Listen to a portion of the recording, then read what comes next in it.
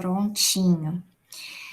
Pessoal, bom, a aula de hoje de clínica médica, a gente vai conversar um pouco sobre traumatismo de extremidades, ok? Bom, o que envolve traumatismo de extremidades, pessoal? São todos os tipos de traumas que podem acontecer nas extremidades, principalmente membros inferiores, membros superiores, né? Então, a gente vai estar conversando um pouco sobre fraturas, sobre luxação, sobre entorse, né? E primeiro de tudo, eu queria saber um pouquinho de vocês. Alguém aqui eu não sei se vocês já foram para o SAMU no estágio, mas quem já cuidou de um tipo de uma fratura, seja no SAMU, seja no hospital? Eu já cuidei no trabalho. No trabalho? E como é que foi, Kleber? Você cuidou na hora que aconteceu a fratura, depois que já estava Não, imobilizado? a paciente já era pós-operatório de fratura de fêmur. Hum. E aí? Como é que foi? Como que a pessoa estava? E que cuidados que você fez? A perna tinha que ficar imobilizada. Era uma paciente de leito. A perna tinha que ficar imobilizada até porque a paciente ela fez a cirurgia e ela teve que fazer um enxerto, só que esse enxerto não deu certo, né? Uhum. Então ela perdeu totalmente a mobilidade daquela perna, daquele membro, Hum. e a perna dela ficava totalmente caída para um lado e ela não podia ficar daquela forma. Então o cuidado que a gente teve foi deixar essa perna imobilizada assim, né? Entre aspas. A gente tinha que posicionar e manter aquela perna naquela posição, porque ela Aham. não podia ficar daquele outro jeito, né?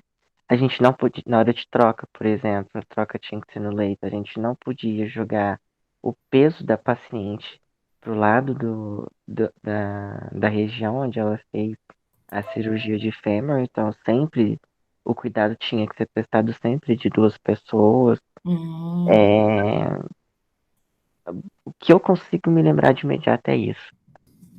Uhum. E era quantos anos? Ah, já era idosa. Ah, já era idosa, mas era uma acima de 80? Não, menos. Menos, ok.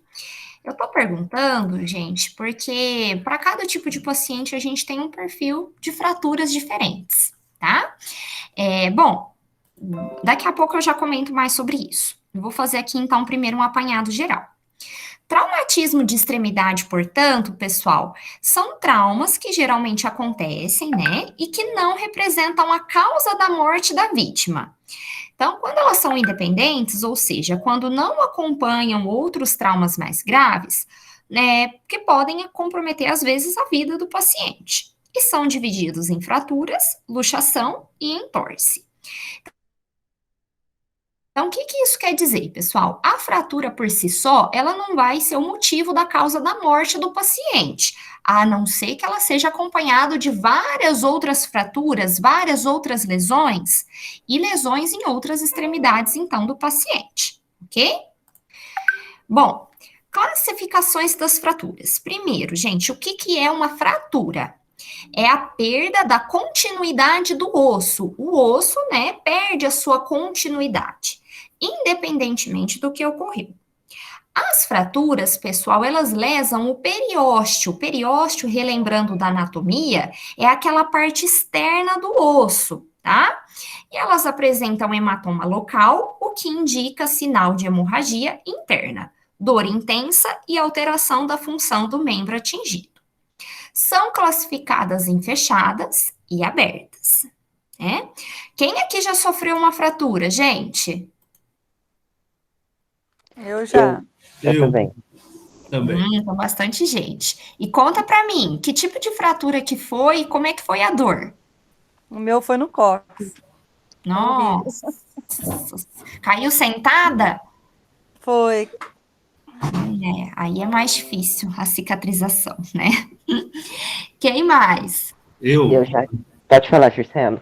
a minha foi no braço, eu caí de moto, tive que colocar uns parafusos. Ah, Nossa, e como é que foi a fratura? O osso saiu para fora da pele ou não? Não, não chegou a sair porque a pele não deixou, mas o osso ficou, no caso, era do antebraço, a mão ficou em cima, quer dizer, o osso ficou em cima da mão. Uhum. Nossa, Tá. E doeu muito, Jurceno? Você lembra como é que foi? Quando o sangue esfriou, doeu. Enquanto o Ah, sangue estava quente, eu não senti dor, não, mas na hora que esfriou, nossa senhora. até ser socorrido, e você, Kleber? Eu tava andando de patins, eu caí em cima do meu braço e ele foi uma fratura fechada. O meu osso do antebraço, ele trincou do pulso até o cotovelo. Nossa. E na hora, como é que foi? Foi a pior dor do mundo ou não? Ah, na hora doeu bastante, foi inchando, né? E eu fiquei com muito medo de Uhum. contar pra minha mãe. Uhum. Aquele medo de criança de contar e apanhar, sabe? Aí eu Aham. escondi, eu escondi que eu tinha caído. Só que eu Uhum. fui sentindo dor, fui começando a reclamar e minha mãe me levou no médico, né? E Uhum. deu que trincou assim de fora a fora. Hum. É, quem aqui já teve cólica renal?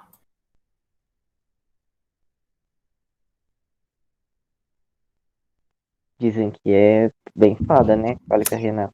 Eu tô perguntando, gente, se alguém teve, porque a dor geralmente de fratura dói, obviamente que dói, não tô falando que não dói, só que não é aquela pior dor do mundo, né? Se a gente for, por exemplo, comparar em níveis lá de dor, que a gente tem, por exemplo, uma dor do parto, né, que eu acho que é a que sempre fica lá por cima, depois a gente tem a dor da cólica renal, depois a gente tem outras dores para depois ter a dor da fratura.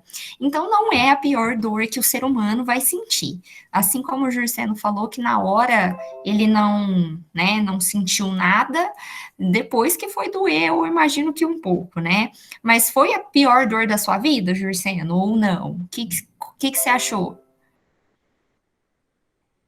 olha, não foi tão aquela coisa, não, mas foi doído, viu? Mas não foi a pior da vida, ou foi? Não, não foi, não, não chegou a ser, não, porque o sangue estava quente. Quando ele começou a Uhum. esfriar, aí o doído mesmo foi quando tentaram colocar no lugar. Ah, E aí, um puxa de um lado e o outro puxa do outro. O enfermeiro aham, e um médico, não sei quem que era. E aham, aí, para poder o osso voltar para trás e encaixar em cima da mão. aham. Aí sim eu vi a dor. É, e isso é uma expressão muito comum, né, gente? Quando o sangue estava quente. Na verdade, não é o sangue que está quente. O que que é que está acontecendo de processo fisiológico? Quem sabe me falar? A adrenalina estava alta. Cérebro A o cérebro adrenalina tá lá a relaxado, né? mil, né? Então, com isso, Tá, a pessoa em efeito de choque não vai sentir tanta dor. verdade. Bom, diante disso, pessoal, as fraturas então podem ser fechadas, que é quando não acontece lesão do tecido, tá? E elas se dividem em fechadas simples, que é quando o osso fraturado não perde o desvio do seu eixo, e fechadas com desvio, que é quando o osso fraturado então perde o desvio do seu eixo. Como assim, professora? O que que você está falando? Vamos supor que aqui eu tenho o osso, né? Quando ele quebra certinho, trincou aqui, quebrou, só que ele não foi para nenhum lado, ele não desviou o seu caminho, né? Isso é a fratura fechada simples, né? Quando eu tenho desvio do eixo daquela fratura, às vezes o osso sai do lugar, gente, pode lesionar um nervo, pode lesionar um vaso, causando inclusive uma hemorragia interna, tá? Então, nesse caso, não teve a exposição do osso para fora da pele. Só que o osso ele desviou o seu caminho e lesionou alguma estrutura interna do corpo. E isso, com certeza, é mais grave, né? E a gente tem também, obviamente, as fraturas abertas ou fraturas expostas, que vocês já conhecem, né? Que são as fraturas que acontecem, então, com lesão do tecido e contato do osso com o meio externo. Esse tipo de fratura, pessoal, obviamente que ele é muito mais grave e expõe o indivíduo, então, a infecções. Por quê? Porque o osso fica em contato direto, né, com o meio externo. Com certeza, o risco de infecção é maior. Alguém já viu alguma fratura exposta ou aberta? Eu já, professora, nesse dia, inclusive, que eu tive que engessar o braço, chegou lá na Santa Casa um menino tinha sofrido um acidente, ele foi atropelado na porta da escola e o osso da perna dele tinha saído para fora. Hum. Então, gente, assim, qual que é o tipo de tratamento para um tipo de fratura como essa, exposta? O que que vocês acham? Aí já entra aquele negócio de urgência e emergência, né? Tratamento, na maioria das vezes, cirúrgico, tá, Ah, pessoal? cirúrgico. Cirúrgico. E aí, obviamente, que envolve várias questões, né? Primeiro, eu vou mostrar aqui umas fotos para vocês. Olhem só essa primeira, gente. Aqui a gente tem uma fratura fechada, né? Provavelmente essa daqui é sem desvio. Pode até ter comprometido um vaso, mas não tem como saber porque não fala mais na imagem, né? Se essa fratura fechada, o osso encostar e lesionar qualquer, então, lesão, vaso, é uma fratura fechada com desvio, ok? Aqui a gente tem, então, uma fratura aberta na figura do meio, né? Que é exposta, o osso exteriorizou para o meio externo. E a terceira imagem, a gente tem uma fratura fechada e fragmentada, gente. Como assim? O osso, durante o trauma, né, o impacto que aconteceu, levou aquele osso ele ficar cheio de fragmentos, parece que ele esfarelou.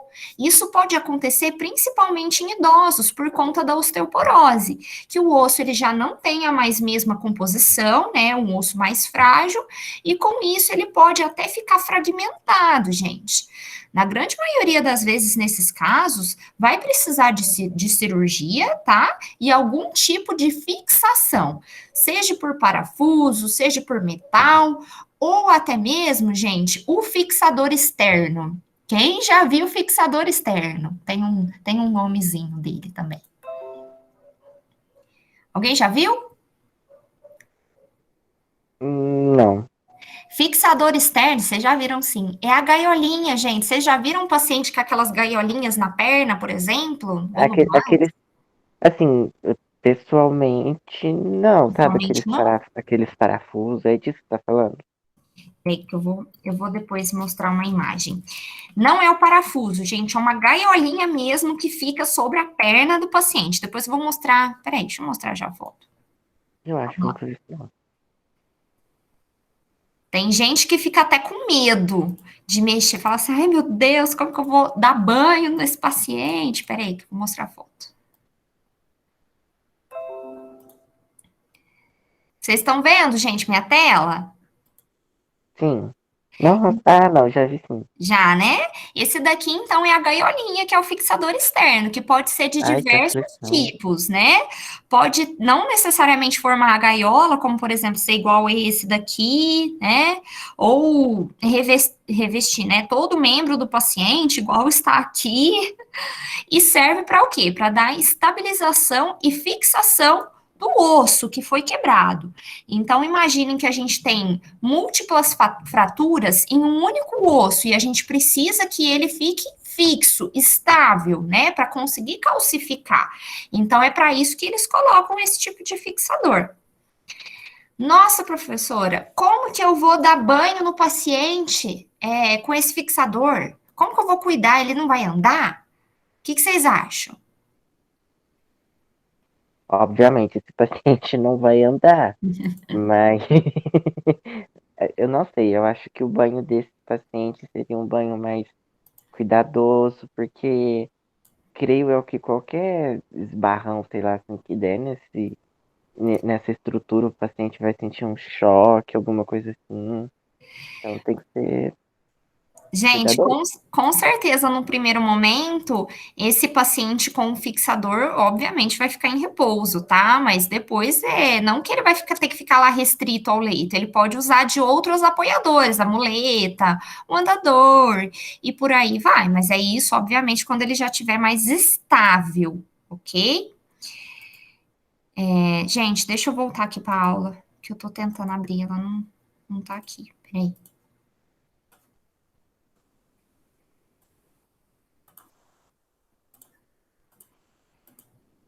Ai, saco. Vou ter que compartilhar a tela inteira. Vocês estão vendo?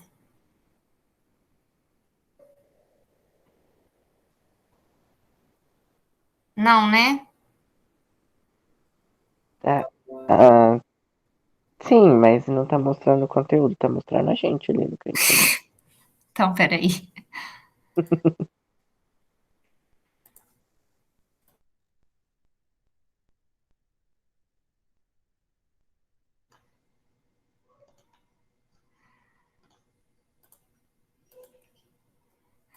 Ai, gente, peraí, deixa eu fechar e abrir a aula de novo.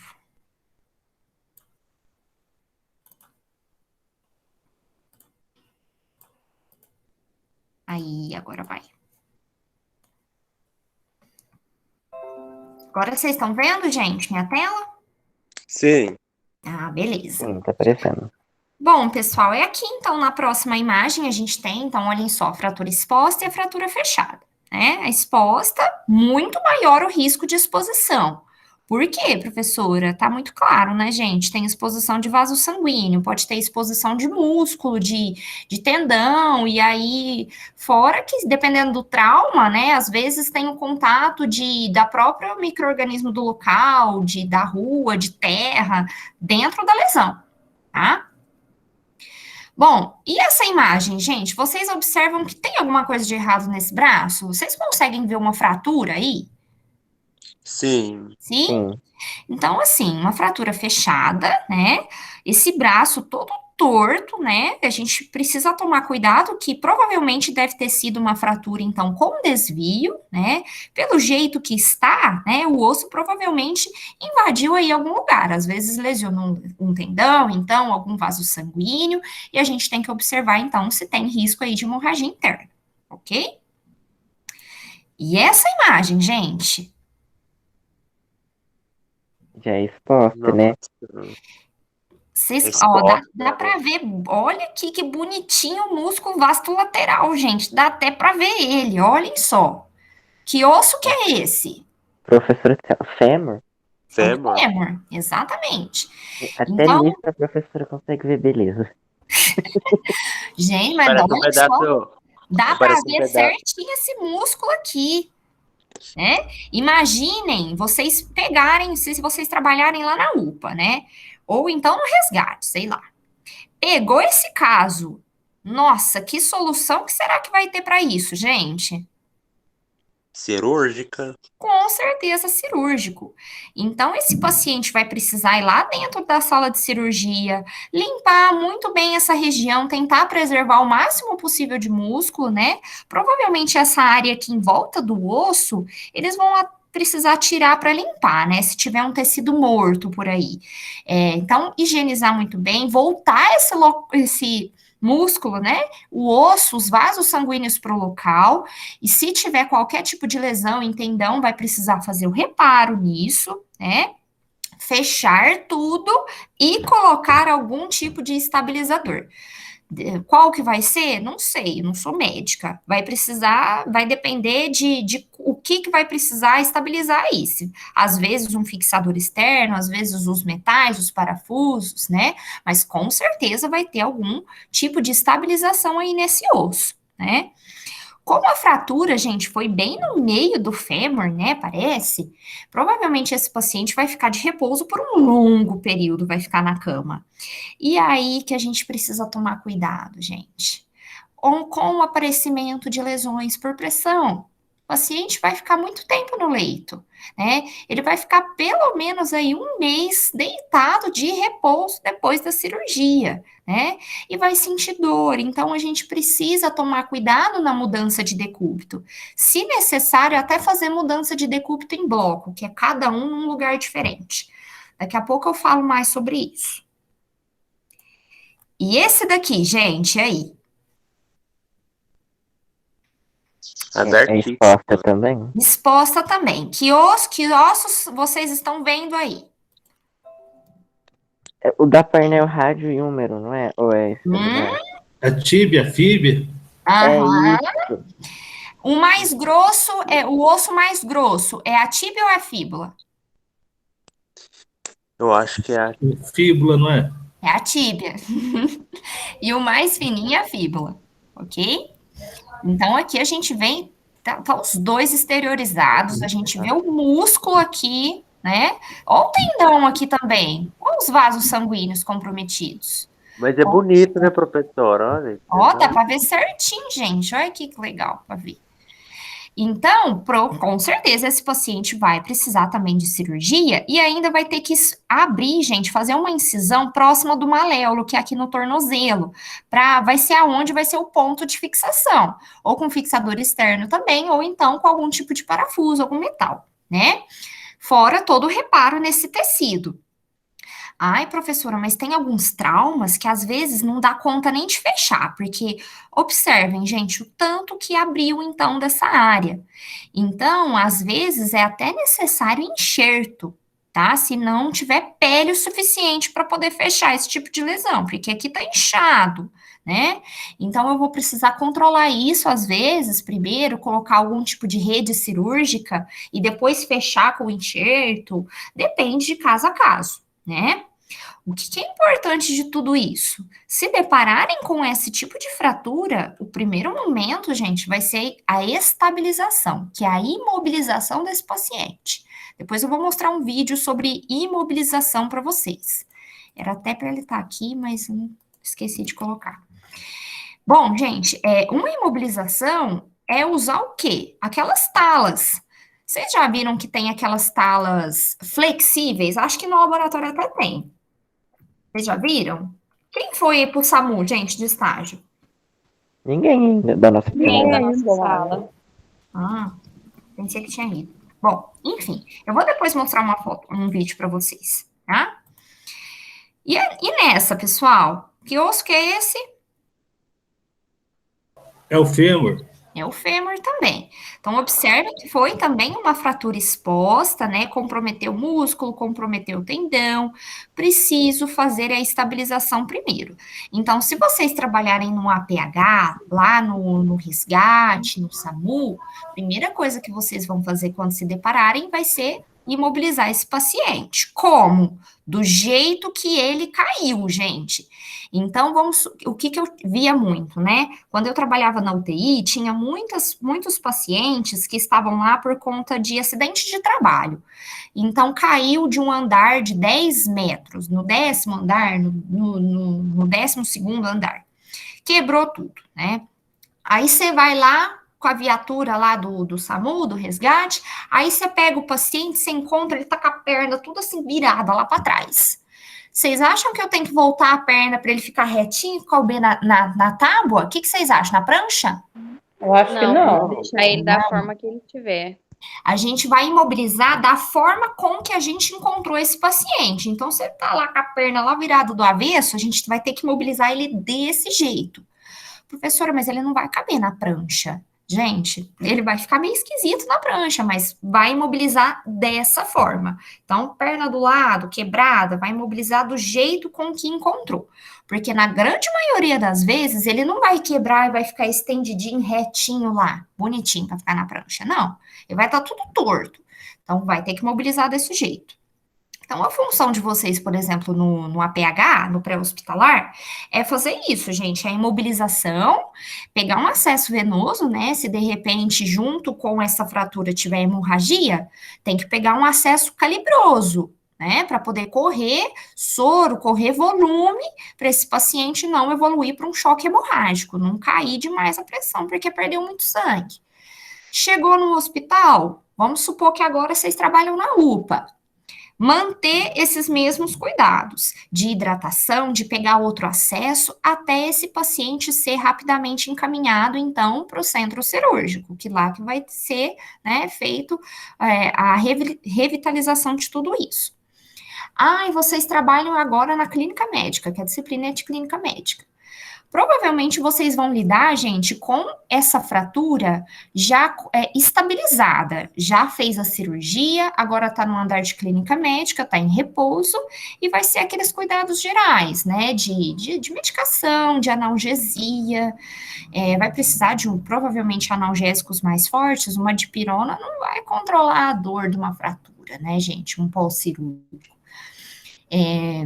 E aí, né, controle de medicações, estabilização e medicamentos desses pacientes, né? Exercícios, às vezes, aos poucos desses pacientes. É muito raro o paciente estar internado e sofrer uma fratura dentro do hospital. Pode acontecer. Igual a gente estava falando de segurança do paciente agora. Numa queda, ele pode fraturar. Caiu da cama, fraturou. E aí você vai ter que fazer a mesma coisa que o APH. Primeiro imobilizar para depois ver o que é que vai ser feito. Tudo bem, gente? Sim. Sim. Bom, vou passar então para o próximo. Luxação. O que seria luxação, gente? É a perda de contato das extremidades ósseas que se articulam, decorrente de um estiramento dos ligamentos além do esperado. Também são traumas graves, apresentam dor, edema e deformidade, e podem estar acompanhados de hematoma após algumas horas. Cuidados, gente, geralmente são os mesmos de fratura, que é imobilização e hospitalização. Então, aqui na luxação, a gente tem, pessoal, que o osso perde o contato com a articulação, ele sai do lugar, igual está nessa foto. Então, lembra da anatomia, que sempre o osso está ligado com uma articulação? Aqui a gente tem que, às vezes, o jeito de pegar, né, um impacto muito grande, um trauma muito grande, fez, então, ele sair do lugar e perder o contato com essa articulação.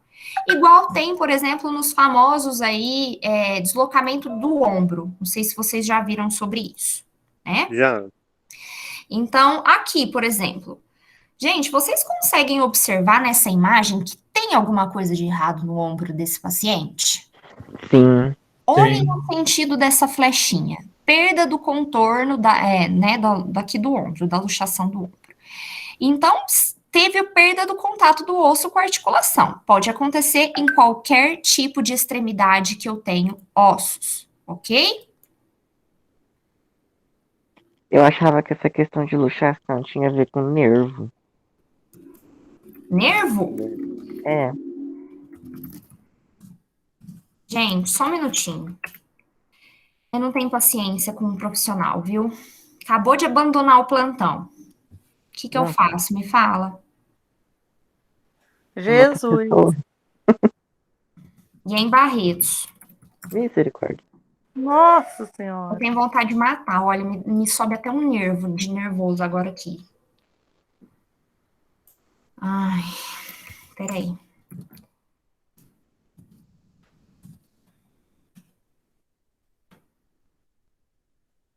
Bom, enfim, gente.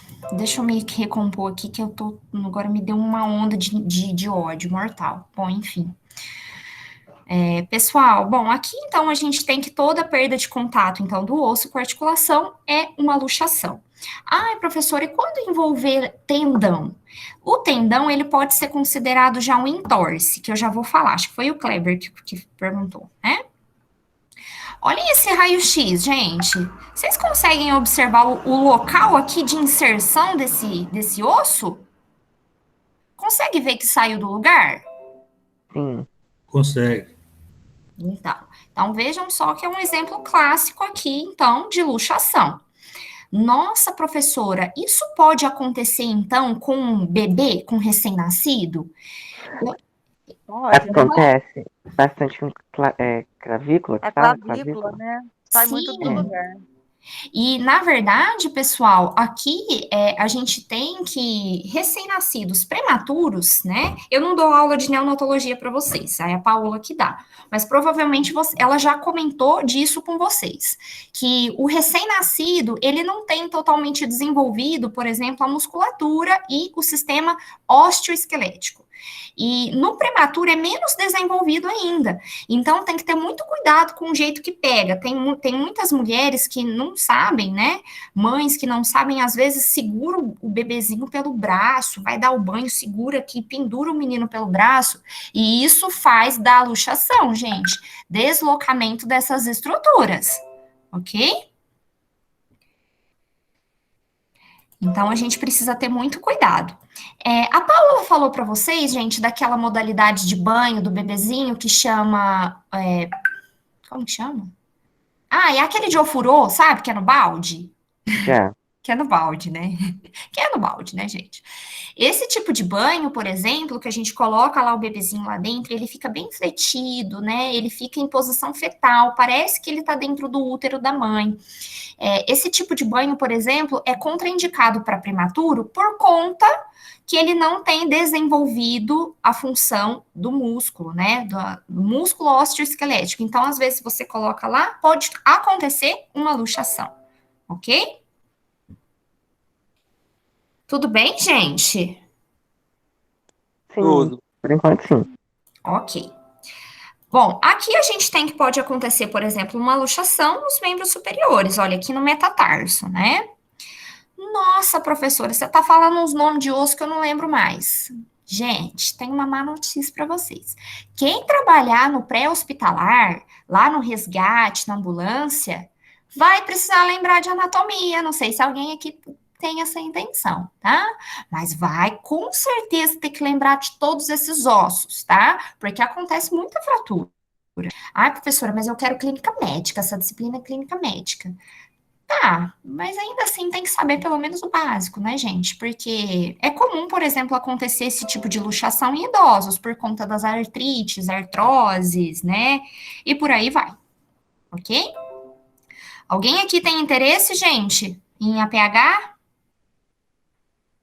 Não? Eu não tenho coragem. Não, eu acho que é muito radical.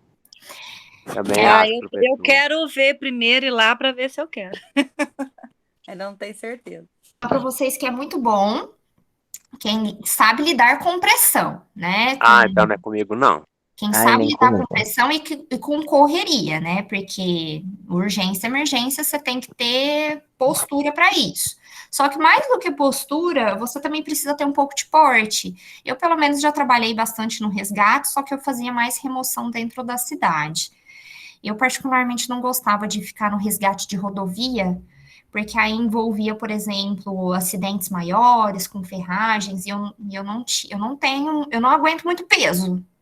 É todo jeito de levar, né, gente? Ó, aqui minha magreza, né? Não aguento nada. Ter que ficar lá rolando na rodovia não é comigo, não. Não tenho suporte para isso. Bom, vamos falar então do próximo, gente, que é o entorse. O que é um entorse? É uma lesão das articulações, então vejam só, as articulações aqui foram lesionadas e não deslocadas igual na luxação, decorrente de um movimento exagerado do membro. Pode ocorrer lesão dos ligamentos, que são subdivididos em 3 tipos. Estiramento do ligamento, quando estira, esticou demais. Lesão parcial do ligamento e lesão total do ligamento. Os entorses, pessoal, são menos graves que as luxações e fraturas. E o tratamento basicamente é o mesmo: é imobilização, compressa fria e repouso, tá? A diferença é que aqui, então, eu tive um rápido movimento, um movimento brusco, às vezes um trauma, e com isso fez com que essas articulações ficassem esticadas ou até mesmo lesionadas, parcial ou total. É aqui que entra, então, a parte, então, dos ligamentos, além das articulações. Então, movimento brusco, né? E isso vai gerar na hora um edema, né? Como a gente pode ver aqui. E a rápida imobilização com compressa fria ajuda tudo isso a voltar, a diminuir o inchaço e cicatrizar também essas estruturas. Então, igual a gente tem aqui na foto, pessoal, foram esticadas ou até mesmo lesionadas, ok? Isso dói também, tá, gente? Não é que não. Professora, eu já ouvi muito falando sobre isso, que quando dá um entorse, principalmente no pé, se puxar de novo, meio que resolve. Não sei se isso é verdade, claro. Se puxar de novo o quê? Se dá um entorse no pé, se outra pessoa for lá e puxar.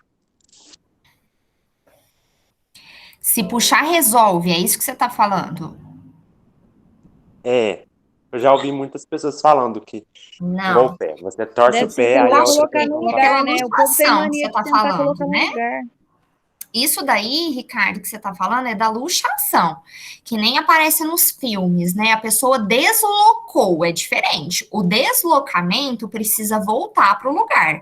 E só quem faz isso é o médico. Vocês não vão colocar esse osso no lugar. Igual a gente vê nos filmes, né? A pessoa vai lá no filme de ação e deslocou o ombro. Aí, rapidamente, ela fala, ai, puxa aqui meu braço, né? Que volta para o lugar. Não é simples, tem uma manobra para poder fazer isso. Tá? Mas isso é na Laura. luta. Oi. Então, nós da equipe assim, de enfermagem, técnico de enfermagem, o nosso papel é só a mobilização, aferição de sinais vitais desse paciente e mobilização até que ele vá para o centro cirúrgico ou que ele seja atendido pelo médico.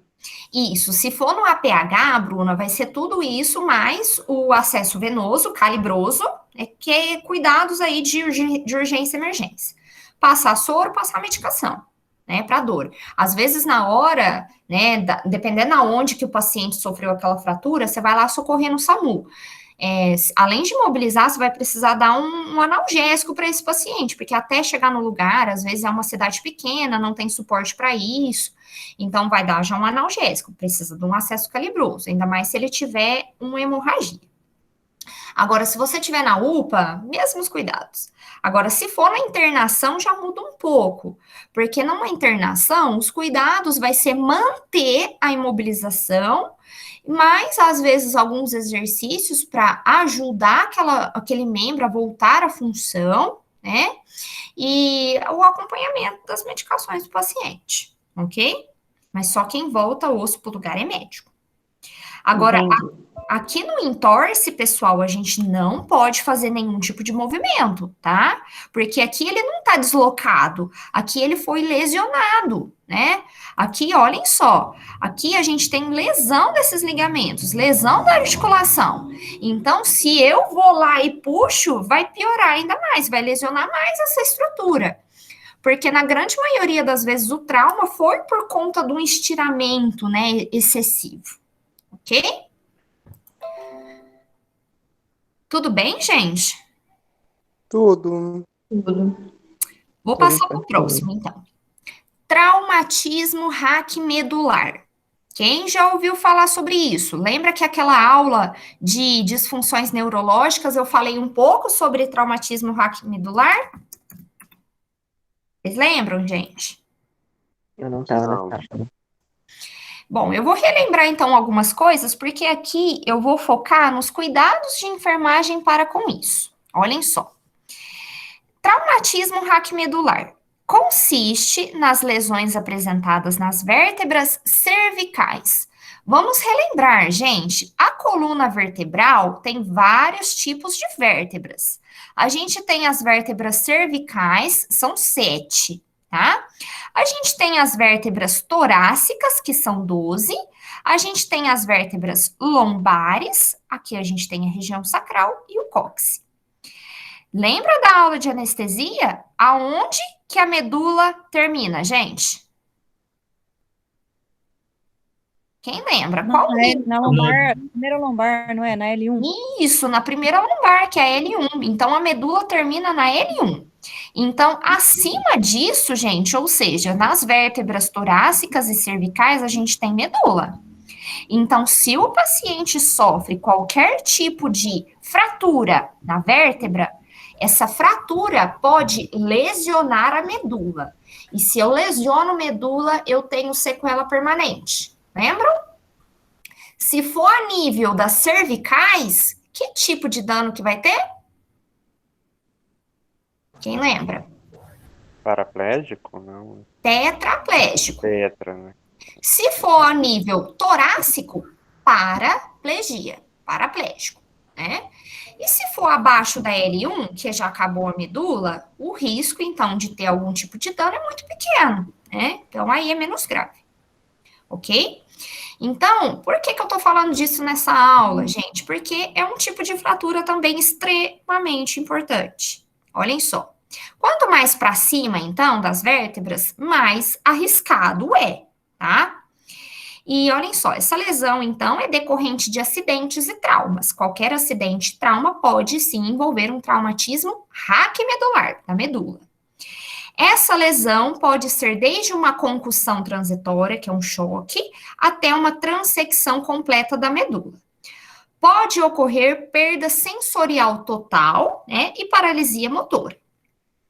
Gente, tem lugar que é tão mais para cima, por exemplo, vocês veem que aqui está muito próximo do cérebro, né? Aqui do pescoço, ó. A cervical começa na base do tronco encefálico, quem lembra de anatomia, né? Tá bem ligada aqui com o tronco encefálico.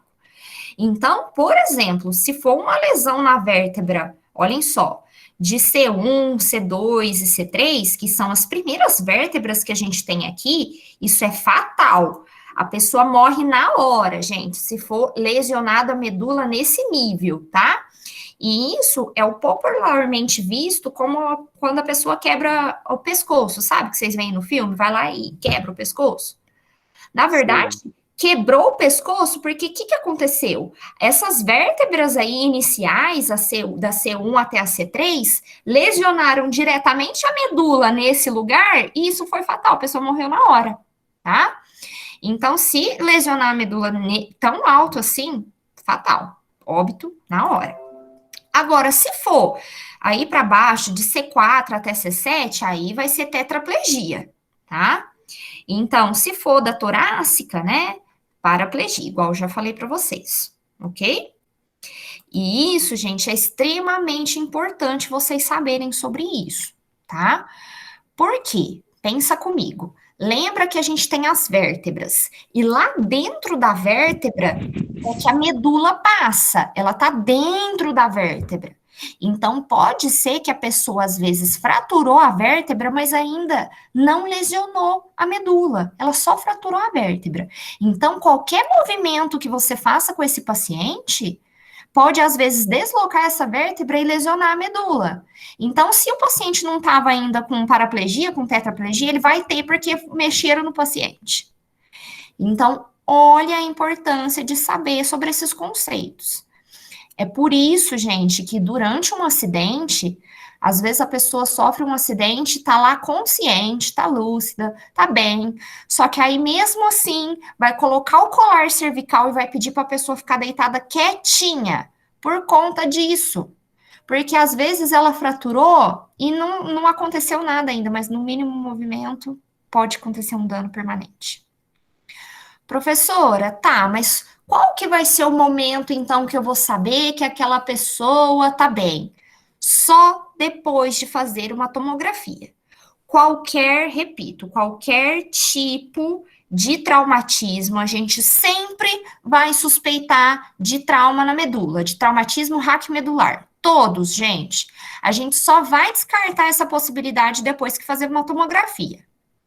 Ai, professora, mas nossa, o meu vizinho, o meu conhecido de tal, ele teve um acidente e aí ele foi para o hospital, eles não fizeram a tomografia e liberaram. Processo, então, porque tá muito errado, gente. Tem que fazer, é obrigatório. Tá? Alguém quer falar alguma coisa? Não? Não. Tá bom, então. Bom, gente, agora eu vou falar sobre alguns sinais, então, e sintomas do traumatismo raquimedular, tá? Já falei que sempre a gente vai suspeitar, só que a gente vai ter mais, então, confirmações se o paciente tiver alguns desses sinais, olhem só. Dor à estimulação acima da clavícula, né? Hipotensão e bradicardia, porém, eu só faço essa ressalva que esses sintomas, gente, eles geralmente são tardios. Depois que o paciente já está algum tempo com aquele trauma, que os sinais vitais dele vão alterar, tá? De início não vai alterar. E quando acontece tudo isso, vai lá, refaz uma tomografia e eles falam que não dá nada. Só que aí depois de tempos, igual tipo, uns 4 meses, 5 meses, a pessoa continua sentindo dor e sente um incômodo assim, no pescoço, na cabeça, sabe?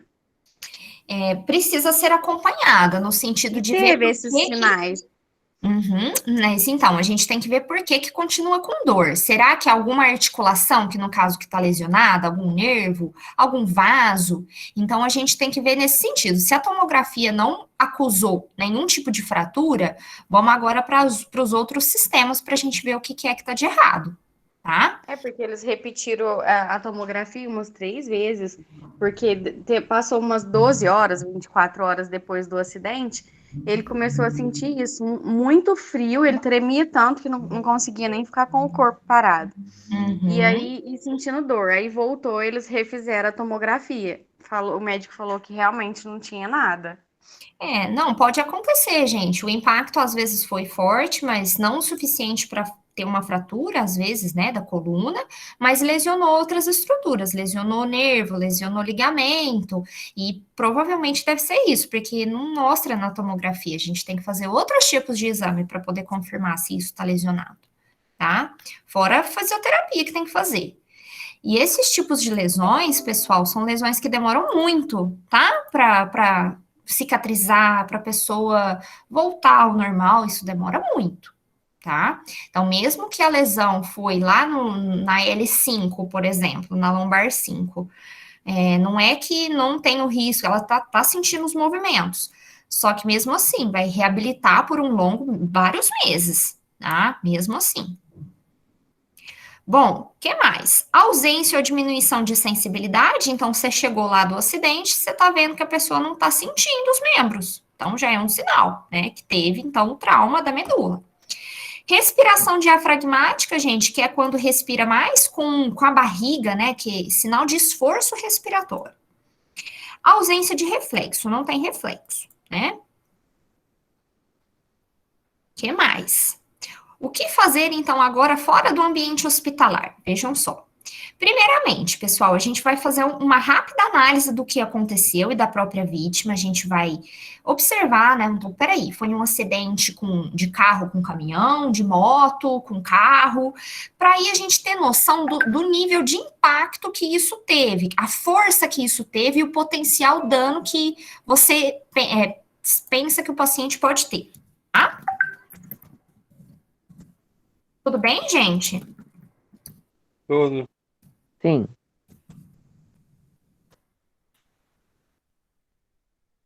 Bom, o que mais? Chamar, então, o socorro médico, se você não for o próprio socorro, né, gente? Se você não for do SAMU, se você for um leigo que está na rua, né? Chamar, então, rapidamente. A todo momento, gente, fazer perguntas à vítima, né? Deixar essa vítima acordada, não deixar essa vítima dormir, tá? E ir perguntando, você sabe onde é que você tá? Qual o local, que dia que é, qual período? Sempre perguntar, ok? Fazer a palpação acima do tórax, né, para saber se tem, às vezes, alguma massa, algum conteúdo ali que você tá vendo que tá demasiado, que pode indicar uma hemorragia, tá? Que mais? Observar a sensibilidade, então, dos membros superiores e inferiores, né, para a gente ver se teve, possivelmente, alguma lesão. Manter a vítima deitada, já falei isso para vocês, né? Sempre, independente se ela estiver bem, deixa deitada, contida, ok? Não remover a pessoa sem ajuda médica.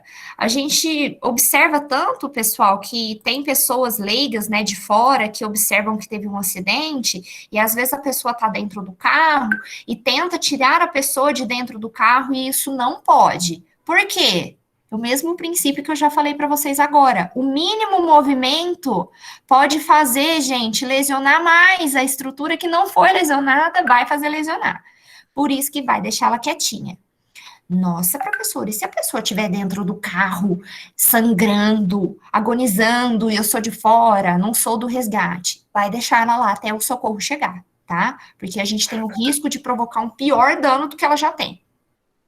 Tá?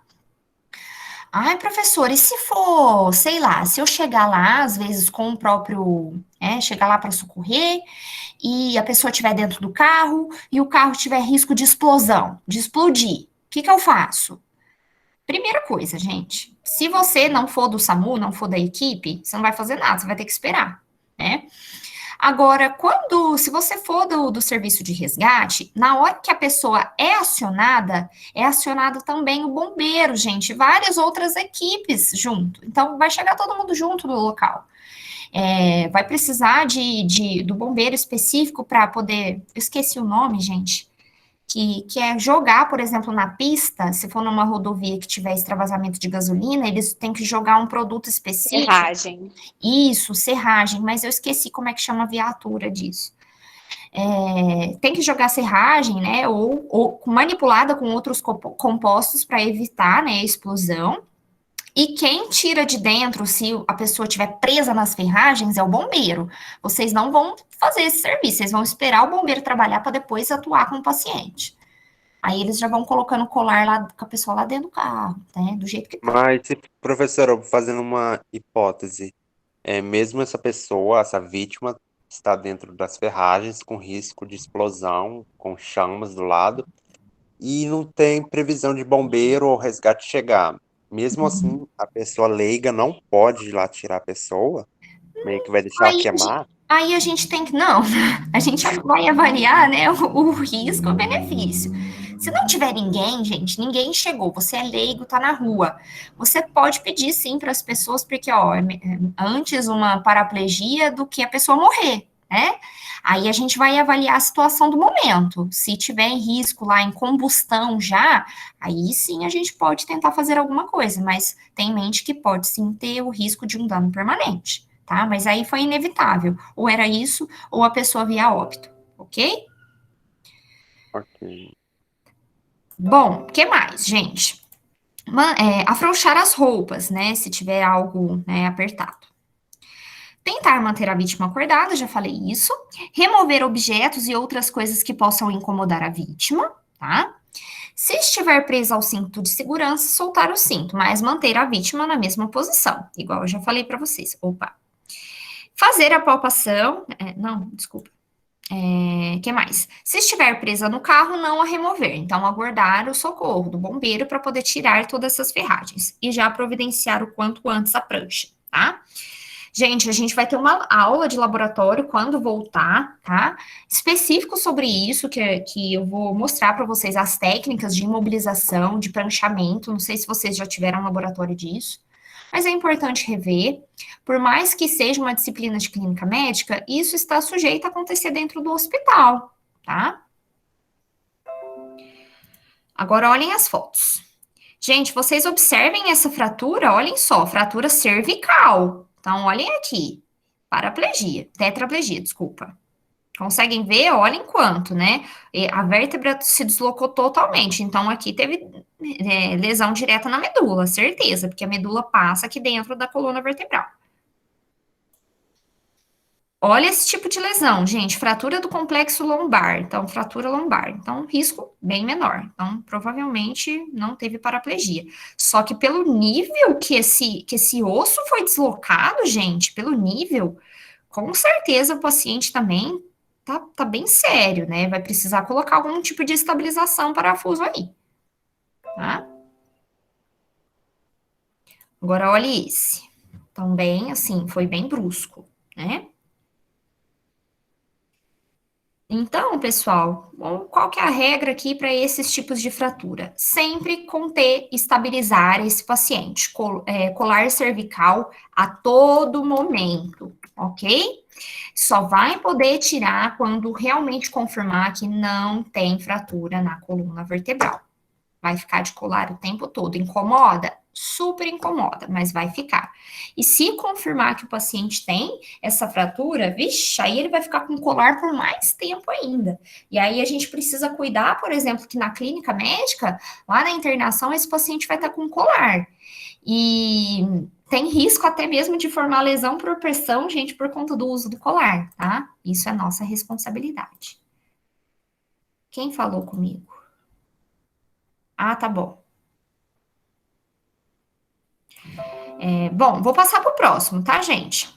O próximo é fratura de crânio, tá? Classificação de fratura de crânio. Podemos ter fraturas lineares, que são aquelas fraturas simples, eu vou mostrar foto, tá? Detectada numa radiografia, por exemplo, num raio-x. E ela pode até acontecer uma hemorragia epidural. Lembra, gente, daquelas camadinhas que recobrem, por exemplo, o cérebro, que tem a camada epidural, tem a pia mater, tem a subaracnoide. Lembra que eu já comentei sobre isso? Não precisa relembrar os nomes certinho, não. Mas numa fratura, por exemplo, de crânio, o osso pode perfurar essas membranas, e isso pode levar a uma hemorragia, tá? Cerebral. Se leva a uma hemorragia cerebral é o quê que vocês já aprenderam na aula passada? Hã? Hemorragia é o AVE. É o AVE hemorrágico, Hemorrágico. gente. Se esse osso foi lá e perfurou o vaso sanguíneo do cérebro, é um AVE hemorrágico, tá? Por conta de um traumatismo, né? Pode ser uma fratura com depressão óssea, né? Que você tá vendo que tá fundo até aqui a calota craniana, né? Você tá vendo que tem um buraco. Então, é vista a olho nu, ou então pau passando no local. Aí, com certeza, pode ser considerada emergencial, né? E cirúrgica. Podem acontecer convulsões e agitação psicomotora. E temos também as fraturas abertas, tá? Que é onde rompeu a dura mater, que é a última camada, então, a membraninha do que recobre o cérebro, e inclusive dá pra gente ver massa encefálica, então lesionou o couro cabeludo, lesionou o osso, então, tô vendo exposição de massa encefálica, tá? Além disso, a gente observa o líquor também, que pode ser visto, né?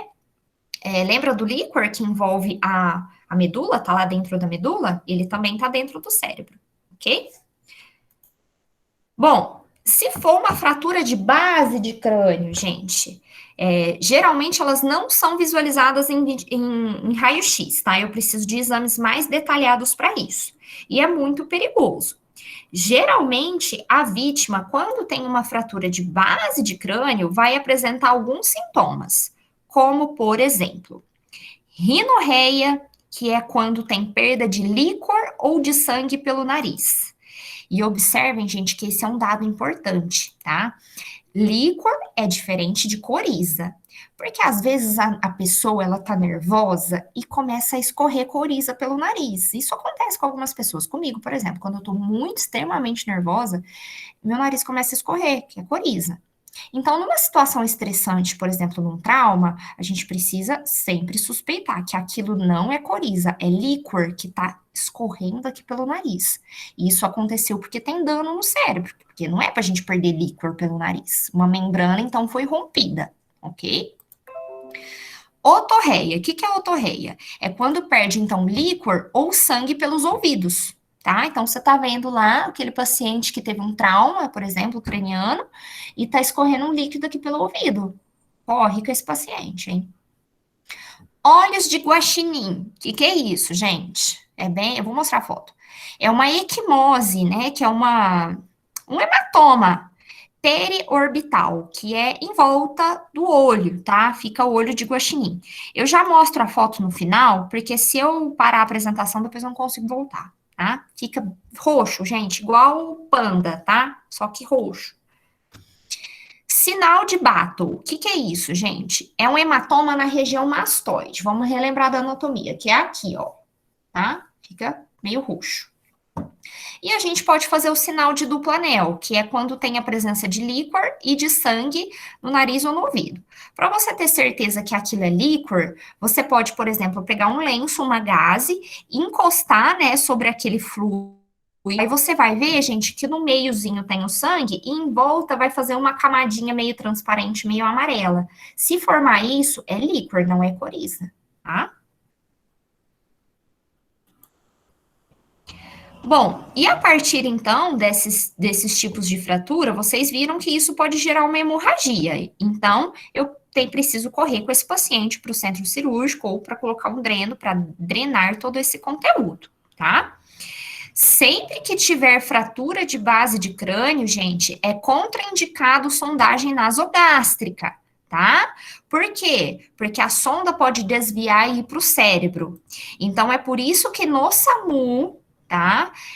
O aspirador vai precisar aspirar, o paciente tá lá cheio de sangue aqui na boca, tá saindo sangue. É aspirador de ponta rígida, é aspirador de metal, porque senão, às vezes, a sonda desvia, ó, e vai pro cérebro, lesionando.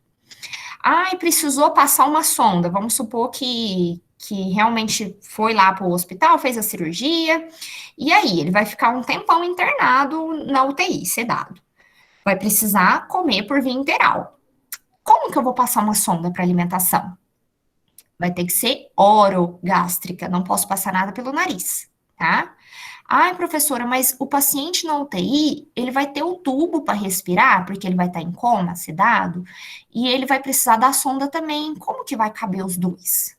Gente, são em lugares diferentes, vocês lembram, né? O tubo orotraqueal fica na traqueia para respirar. E a sonda vai ficar, no caso, no estômago, vai passar pelo esôfago, né? E vai lá para o estômago para alimentação, tá? Bom, então não passar nada, né, que é naso, tem intubação naso também, por conta disso. Podemos ter hemorragias meníngeas, que são as primeiras camadas, né, das membraninhas que envolvem o cérebro, e elas podem ser epidural aguda, que epidural é lesão na dura mater, gente, que é uma das membraninhas que envolvem o cérebro, tá? A pessoa pode ter períodos de lucidez com confusão, tá? Pode ter perda de força muscular de um lado, dilatação da pupila, tudo isso, gente, sinais clássicos lá do AVE hemorrágico, tá? Ou pode ser uma hemorragia subdural, que é nas camadas mais profundas, tá? Pode envolver a massa encefálica. Prognóstico, na maioria das vezes, não é favorável, tá? O paciente tem um risco bem importante. E a hemorragia na própria massa encefálica, tá, gente? Que acompanha de déficit neurológico. O prognóstico vão depender da extensão, tá? Mas tratamento vai ser cirúrgico na grande maioria das vezes. Então, igual tá na foto, ó. Então, aqui o sinal clássico aqui de hemorragia. Aqui também mostrando, né, que a gente teve hemorragia. Aqui mostrando as camadinhas, né, que envolvem, então, o cérebro, né, essas camadas que eu falei, a epidural, a pia mater, a subaracnoide, né. E aqui mostrando, gente, a fratura. Então, bem aqui na região frontal, meio que lateral, olhem só. Olhem essa daqui, fratura de base de crânio, então. E essa daqui, gente, mostra múltiplas fraturas no crânio, então olhem só, né? Várias. Bom, por que eu tô falando isso, gente? Na clínica médica, vocês vão se deparar ou com o tratamento desses pacientes que saíram da UTI, né, depois de um TCE. O que é TCE? Traumatismo crânioencefálico, tá? Então, vocês vão cuidar da reabilitação desse paciente na enfermaria, que veio muito grave, né? Ou então, numa própria clínica médica, pode acontecer isso durante uma queda. Eu já vi histórias de que o paciente caiu da cama, bateu a cabeça na cabeceira, quebrou o crânio, gente, por conta dessa queda. Então, olha o problema que vai dar. Com certeza, alguém da enfermagem foi demitido. Bom, trauma grave, então, de face e crânio após uma queda, né, geralmente é muito grave. No primeiro atendimento, a gente vai avaliar o estado de consciência do paciente, porque isso é o coma.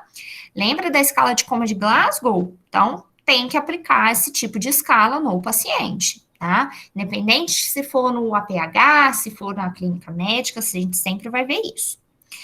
Ver se o paciente tem, então, uma respiração irregular, se tem um hematoma periorbitário, né, que é em volta aqui do olho, tá? Ver se tem saída de líquor pelo ouvido, pelas narinas, né? Se tem uma deformidade visível aqui do crânio. Se foi realizada uma intubação orotraqueal, né? Tomografia vai mostrar múltiplas fraturas, né? E aí a gente vai controlando esse paciente. Tudo bem, pessoal? Tudo. Eu vou Tudo. mostrar o olho de guaxinim, peraí.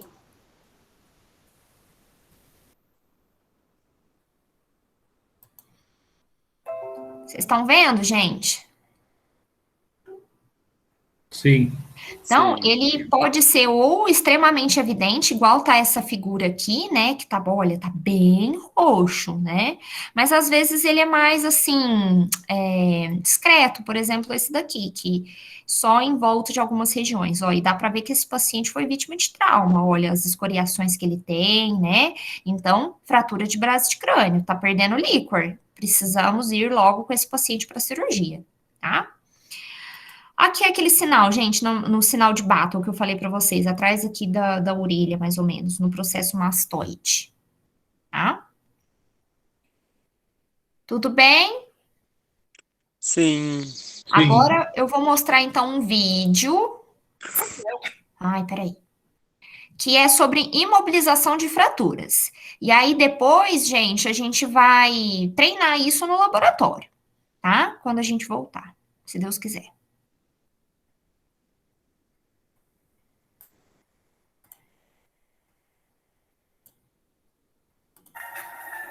É importante lembrar que a imobilização é feita na... Tá vindo som? Tá, né? Tá. Deixa eu pôr legenda. avaliação secundária com paciente não grave. Inicialmente, iremos avaliar o membro do paciente, expondo o membro da vítima, palpando esse membro e procurando o local da lesão.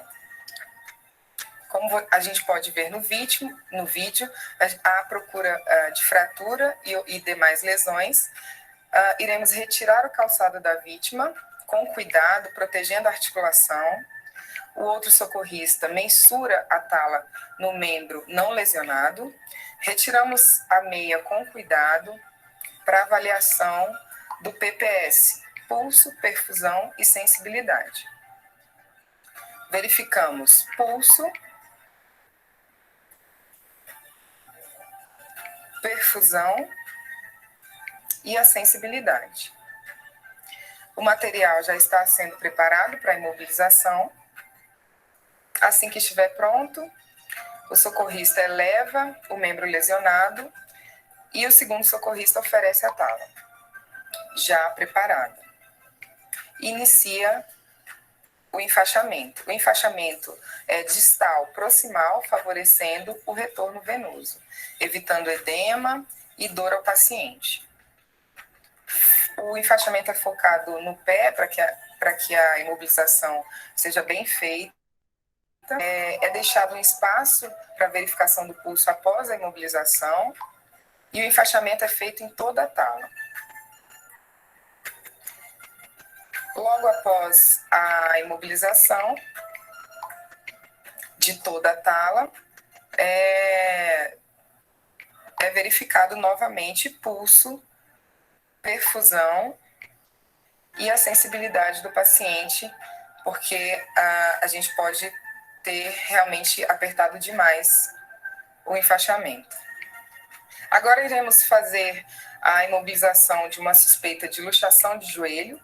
Então iremos avaliar o membro, assim como na imobilização anterior, avaliamos todo o membro do paciente, retiramos o calçado com cuidado, retiramos a meia também com cuidado para a avaliação neurovascular do paciente, sempre com o outro socorrista protegendo a lesão. A verificação nesse momento do pulso, da perfusão e da sensibilidade do paciente. Nesse momento, a gente vai fazer uma imobilização funcional, ou seja, uma imobilização de conforto para o paciente. Então, a gente não vai colocar na posição anatômica, somente uma imobilização de conforto para o paciente. Vejam que a gente utiliza 2 talas, uma ao lado da outra, e depois vamos amarrar essa tala em 3 pontos, para evitar que o paciente movimente esse membro e chegue ao hospital na posição que a gente encontrou, para que lá seja feita a intervenção mesmo no intra-hospitalar. Veja que estamos amarrando aí em 3 pontos, e após o enfaixamento, a gente finaliza aí essa imobilização funcional.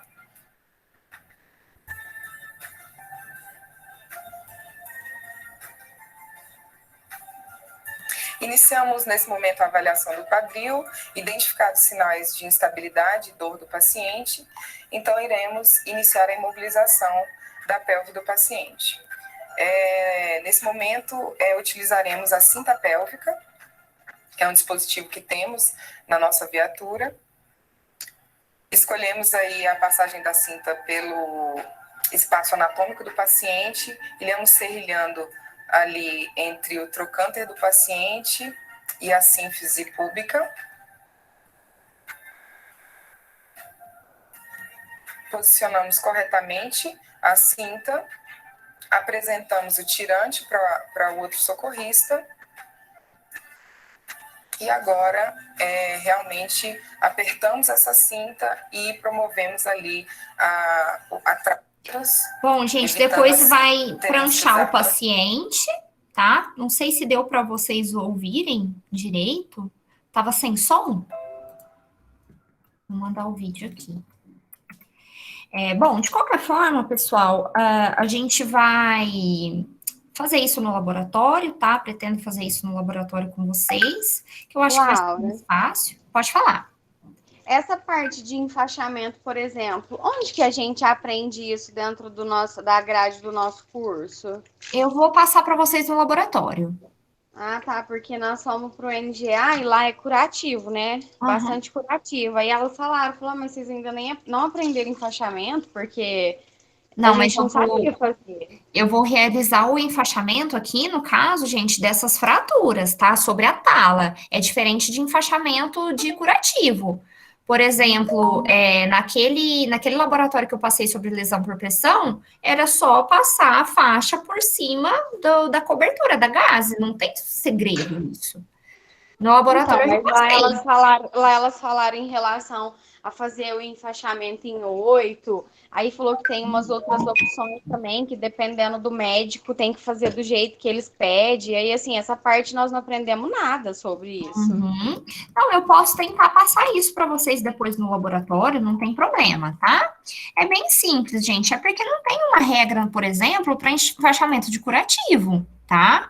Isso não tem uma regra. Agora, para esses tipos de fraturas, depois eu mostro para vocês como é que funciona, tá?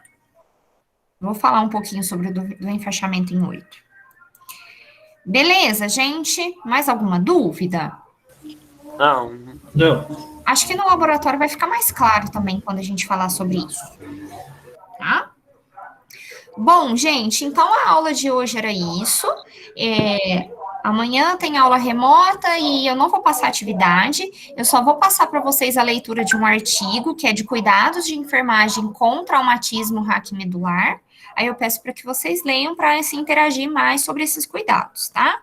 E aí, quando voltar o laboratório, a gente treina sobre isso, beleza? Ok. Beleza. Bom, é isso. Obrigada, então, para todo mundo. Boa semana, tá? Qualquer